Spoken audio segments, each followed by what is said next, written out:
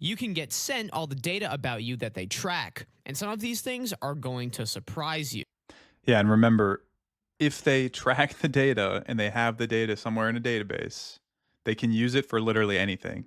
Like, there could be multiple applications that can be built around like combing through that data and manipulating it in whatever way they need to manipulate it, displaying it in whatever way they need to display it. In the case of like skill-based damage or skill-based matchmaking, engagement optimized matchmaking, that data is there and present for them to use if they need it. So yeah, I mean, we're probably going to go in and see like what exactly they're tracking. And once again, if they have that data there, it has the potential to be used for literally anything. The main thing I'll point out is that Call of Duty's matchmaking is far from skill based and is rather engagement based. But more than that, its sole purpose is to make sure that some way, somehow, every player in the lobby is somehow more inclined to purchase microtransactions than they were when they first loaded in. So, how do they go about doing that? Well, if you're actually interested in the truth, go check out this patent right here, which is called System and Method for Driving Microtransactions in Multiplayer Video Games, which Activision first tried to patent in 2015. Yeah, I mean, the key is there's basically like a psychological factor around this, or a lot of psychological analysis of, yeah, how do you engage somebody and keep them addicted to your game? And ultimately, that's probably the main number one factor that Activision cares about would be just user player engagement, like who's playing the game and for how long are they playing the game and how much are they spending in the game. Those are like the big metrics that, of course, they're going to need to make sure they're delivering on so that they can keep the investors happy.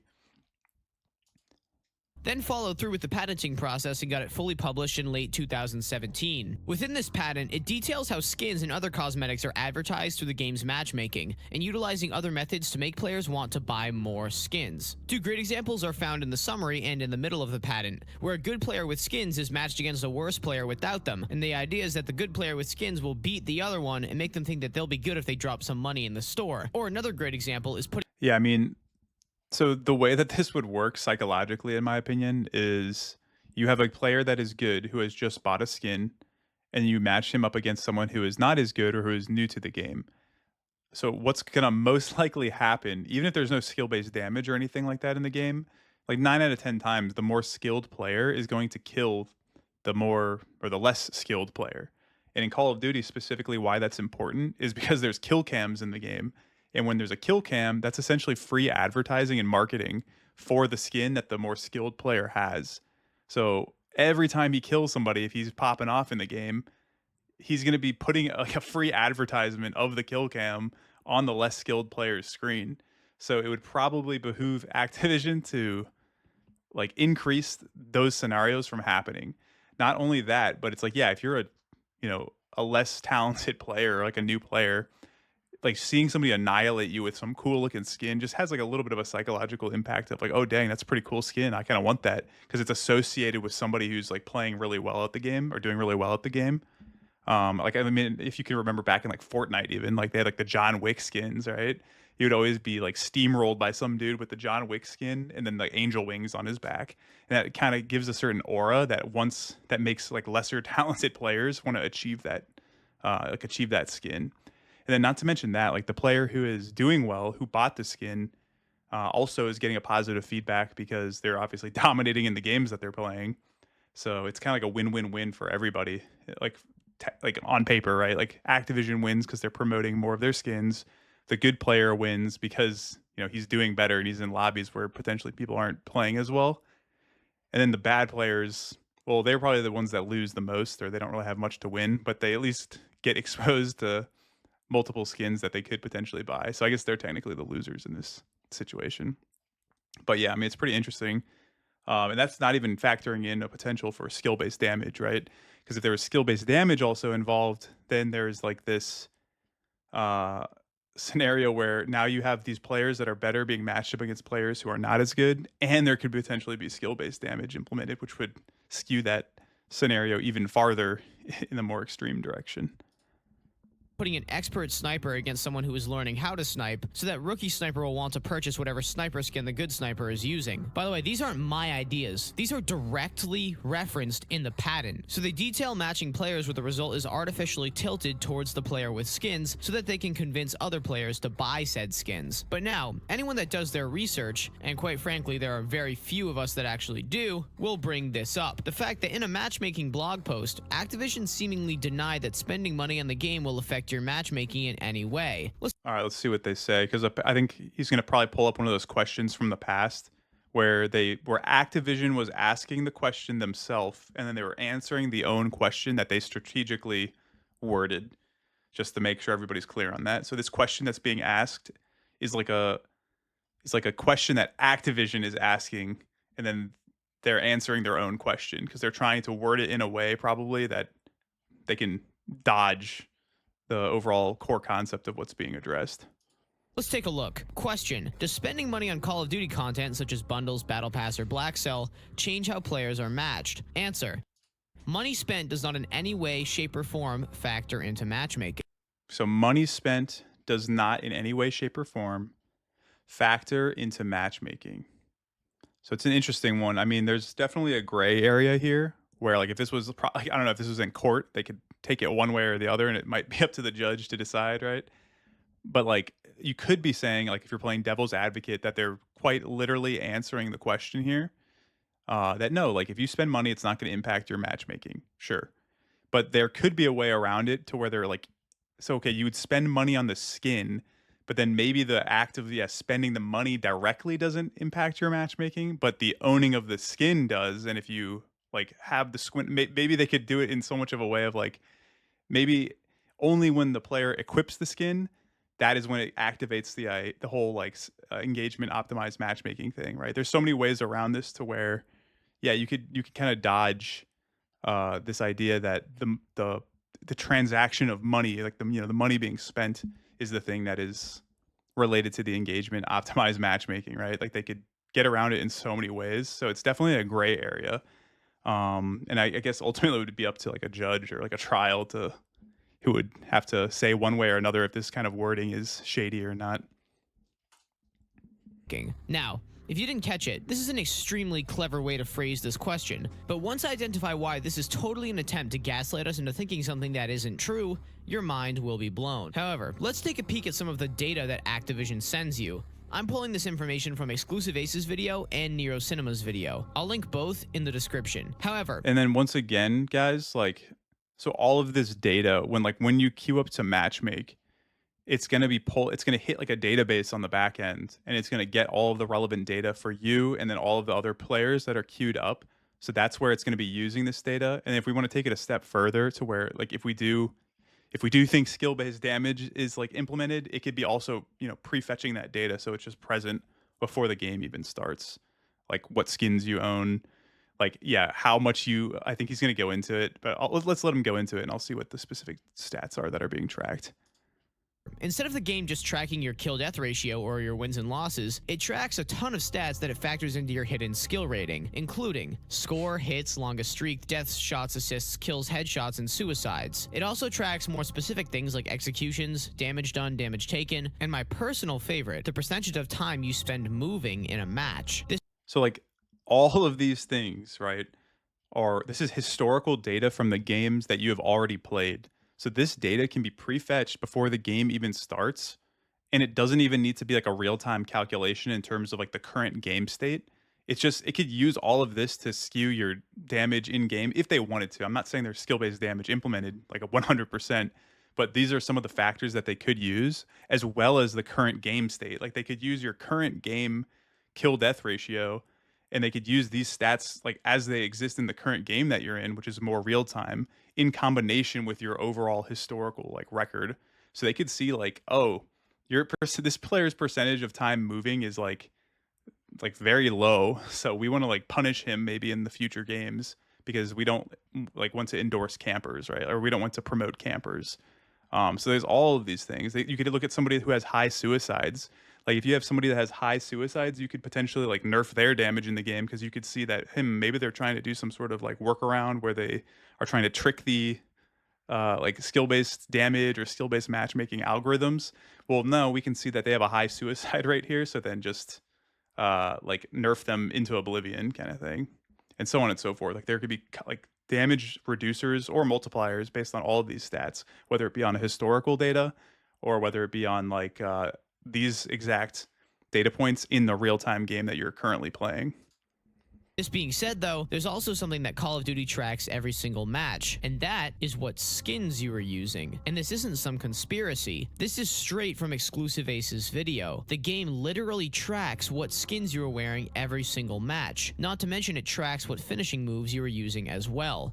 Now, yeah, I mean, this is like once again they track it. I mean, if it's shown that they track this data, like there should be no debate about that. Like the data is present. It's just how are they using the data? It has the potential. Obviously, they're probably using it to see like, okay, well, what skins are popular at like what given time, right? So if it's like if it's during Christmas time and they have Christmas skins that are available, they might be able to see, yeah, it does indeed look like I don't know, like the Santa Claus skin or something is having like a high playability rate during Christmas time. So they could use this information for advertising and marketing and understanding like what skins are doing well and which ones they can price at higher price points or lower price points. Like when they're coming up with like future skin ideas, they could kind of base it off of this data. But once again, they could also use this data for like malicious purposes, so to speak, of as we saw before in my little code example. Hey, if this player has this skin and there's this other player who doesn't have this skin, let's just crank up the damage a little bit for the guy who has the skin, or let's reduce the damage of the guy who doesn't have the skin. So you can use this data for whatever. It's just a matter of if they decided to implement, like what they decided to implement with it. This raises some obvious concerns, namely, why on earth is the game tracking your skin usage? Why the finishing moves? Well, let's get the obvious things out of the way first. Skins and finishing moves are directly related to the in-game store, where Activision makes all of their money outside of the initial purchase of the game. Why should skin usage be tracked on a player-by-player basis? And you might Now, once again, like the devil's advocate here is, of course, they're going to track this stuff if they can, if they have the time to implement something like this, just so you can see like, hey, like what purchases are actually doing well and which purchases are not, so that we can price point future skins at different levels and have different. We can get a general idea of what the player base likes when it comes to skins. But yeah, it could also be used for a lot of other things if they wanted. Might say, well, they're just doing this to see which skins are the most popular, and then they can make skins similar to them so that they can sell more, or they can put that skin on sale to incentivize more people to purchase it. But let's jump back to this question. Does spending money on Call of Duty content, such as bundles, Battle Pass, or Black Cell, change how players are matched? Answer. Money spent does not in any way, shape, or form factor into matchmaking. Did you catch how they're dodging the actual problem here? So it just depends on, once again, how this is interpreted. Because like they're not directly looking at the amount of money you spent and then matchmaking you against and then implementing engagement optimized matchmaking in a direct manner. The direct manner would be based off of the skins that you own and stuff like that. So it's not off the money spent, but it's off the skins that you own. But if we go back another layer, the skins that you own are based off of the money spent, so it is in an indirect manner. Like this is incorrect if we're talking about like an indirect manner, but in a direct manner, yeah, the engagement optimized matchmaking wouldn't be affected by the money spent directly, but it's as a result of the skins that you own. So we might look at this and think it's like that doesn't make sense, but it all would depend on, like in the court of law, let's say, how would the judge or the trial interpret this way of answering the question. And if they deem that, hey, like you can't even say stuff like this if it's like indirectly related, because that's like false. That's like false advertising, or that's like just not right kind of thing. It's immoral or whatever they determine. So it kind of just depends, right? So I would agree that there is this level of like indirectness versus directness when it comes to how you interpret this. Our concern is matchmaking that is based on the skins that we wear currently, with the purpose of tilting matches towards players who possess certain skins to advertise those skins. Now, I'm about to blow your mind with some pretty underground information that has not been presented in the mainstream yet, so brace yourself. Just let me make this point first. Do they track your skins, or do they track the amount of money you've spent? Well, once again, they probably track both, right? That could be another way of getting around this. They probably do track what skins you own, as well as the total money spent and like what your money was spent. Like they have to track that stuff for like financial like legal reasons. But that they can make an argument that that's not that specific data is not the data that's being used, but the once again the more direct data of the skins that you own is what's being used for engagement optimized matchmaking. So they could word that question in a way that is like, hey, well, we're not using the financial data, we're using the skin data, despite them being extremely coupled and indirectly related. I checked, this column has the name of the operator skin, not any amount of money that you've spent on the game. So my point is, someone who has spent $50 in the game and someone who has spent $100 in the game are measured no differently in the matchmaking based on the monetary value of their spending. So, spending more money in the game does not give you any in-game advantages. However, they never actually deny that using certain skins or weapon blueprints will affect your matchmaking at all. They simply used spending money as a scapegoat.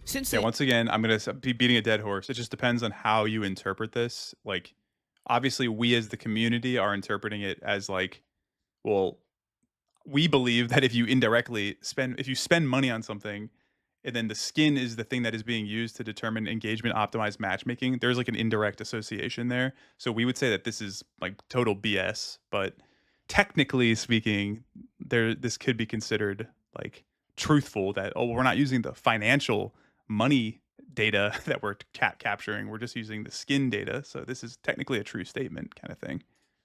They know that we're suspicious of the matchmaking boosting people that use skins, but they never directly address the issue and only ever talk about money spent specifically. It is entirely reasonable to suspect that they're gaslighting us and dodging the accusation. It's not pay to win. It's where to win. If someone buys the brand new skin in the store, but it's the only purchase they've ever made in the game, it still can affect their matchmaking because it's brand new and they want to advertise it. Someone who has spent $1,000 in the game and also buys the skin reaps the same benefits of another player who also has the skin they want to advertise. Either way, I said I'd blow your mind. So here— Yeah, that's also true, because if you can get the skins in game, I'm not sure, but if you can get the skins in game without purchasing, like maybe through like a random drop or something. I don't know how they do stuff in Black Ops 6, but that could be another layer of abstraction to where it's like, well, the player, like we're just basing it off of the skin data. Like they might or might not have purchased it. So like we're basing it off of the skin data and like what the player actually owns versus what they've spent. So it's another layer of abstraction there. it is. 8 years ago, somebody dove directly into the files of Modern Warfare Remastered and found that there are different matchmaking buckets, or what we now call brackets, within the game. Skill buckets, party buckets, probably for players that are teamed up and not playing solo, a high skill bucket, an assigned bucket, whatever that means. And look at this one right here, advert bucket, an advertising matchmaking bracket from 2016. A year after they patented this software right here. Very interesting choice. And they're tracking what skins you use every game for whatever reason, and they dodged the accusations using clever wording in their blog post. Do you see how the evidence completely stacks up to completely and utterly supporting the idea that matchmaking is rigged based on skins? Yeah, I mean, I'd have to see how those buckets are actually implemented, but I'm just trying to think off the top of my head. Like, I mean, you could just have, once again, these different buckets for like players to be placed in. So you could say, oh, we want to place them in this advertising bucket, so that they are like, so their matchmaking is affected by the advertising logic, maybe as like a priority over the other stuff versus, whatever one of those other buckets was named. So that's what I'm assuming is happening. It's just like a way of categorizing which player goes where, which lobby goes where, kind of thing, and then you place them into a bucket, and then those controls will take over for like the logic being used to determine the matchmaking. Skin usage, and the evidence suggesting otherwise is profoundly lacking. The only thing they could mean by an advertising bucket is that they have a group of players that they add to this matchmaking bracket if they want them to be advertised to, or if they want them to do the advertising. I don't know what exactly dictates who actually gets put in this bracket, but I'd be willing to guess that once the player is engaged enough, quote unquote, they will toss them into a bracket that is meant to advertise skins for them. Also, if a player is using a skin that they want to advertise, I'd be willing to bet they're pulled into that bracket as well in order to be the advertiser, and then the matchmaking will tilt it artificially in favor of the players who are doing the advertising. However it works, this bucket existed back in 2016, and it probably exists in a more developed state now. I mean, yeah, once again, like this type of thing, so there's a lot of layers here, because like just because this existed in the past does not necessarily mean it exists in the future. It's like a non sequitur, technically, right? If we want to once again play devil's advocate, like it does not necessarily logically follow that if this stuff was implemented in the past, that it must be implemented currently, right? But it is an indicator, and we can like make assumptions that okay, if it was implemented in the past, there's probably a high probability that they're using either literally this exact same logic or they're basing their new systems off of this logic. So that's like that would just be my only devil's advocate point is just because something existed in the game in the past. Like for example, Juggernaut existed in Call of Duty 4, therefore it's present in Black Ops 6. But it's like, well, no, it's not. Or I mean, you know what I'm saying? Like it doesn't necessarily follow that because something was in the past automatically means it's in the present. But it's probably safe to assume that it probably is kind of thing. Like, so we'd have to just clarify that we're making an assumption, which he did. I'm just kind of pointing that out. In 2025, this match. And if it was included in the game currently, yeah, there would probably be a lot of, hopefully a lot of quote unquote improvements from their perspective of that bucket implementation. Matchmaking bracket being present makes perfect sense when you realize that Activision never actually answered the question regarding buying skins being involved with your matchmaking, as well as making scarily perfect sense when you realize that the game for some reason tracks what skin you're wearing for every single match. This pattern is real, it's in use, and the game is manipulated and tampered with to advertise microtransactions. This image is also real, and all credit goes to Branch Off Bush, a smaller creator who has done a lot of digging into the subject of manipulative mechanics and rigged matchmaking. Subscribe to him and check him out, as he possesses a wealth of knowledge. But that'll do it. How's that for evidence added to the table? I'm Prime Pete. Stay safe out there. Take it easy. I mean, yeah, so like overall, I still think it's up to how we interpret, how the community interprets, how like a court of law would interpret the way they answered their question. If you go off of like technicality and the more direct approach, technically what they said is true. Like they don't base it off of money spent. Like they do not base matchmaking off money spent. But if you go the more indirect route where it's like, well, I can look at the skins and calculate the price, and then from that I can gauge what the money spent was, and I can trace that back to a player. So therefore it does indirectly affect matchmaking, let's say. Then that could be an area of potential concern for them. Like once again, in the court of law, if it got to that like high of a level, let's say. Overall, though, I think it's pretty interesting. There was definitely some stuff that used to be in the code with matchmaking buckets, and it is a little weird how there's an advertising bucket. But yeah, once again, it technically is a non sequitur of just because it existed in the past doesn't mean it logically follows that it still exists today. But we can make assumptions based off of the past and say it's probably likely and probable that something that was implemented in the past has a good chance of being in the game in the future. That's all I got pretty much. I mean, it's a pretty interesting video. I think the main point here is that they do track the data. They have the data. It's just a matter of what do they do with the data. It's not a question of if they're tracking it or not, because once again, if there was still speculation on do they even track this data, because if they don't even track the data, then you can't even make a case for any of this stuff for like engagement optimized matchmaking or skill based damage, et cetera, et cetera. Because it would be a huge effort to even just track that data in the first place. But they're already tracking the data, so it's like that part of the problem is already done. It's just a matter of okay, with the data, are they implementing something nefarious or not? Like, are they implementing engagement optimized matchmaking, et cetera, et cetera. But that's all I got for today. Yeah, go check out Prime Pete. As always, take it easy.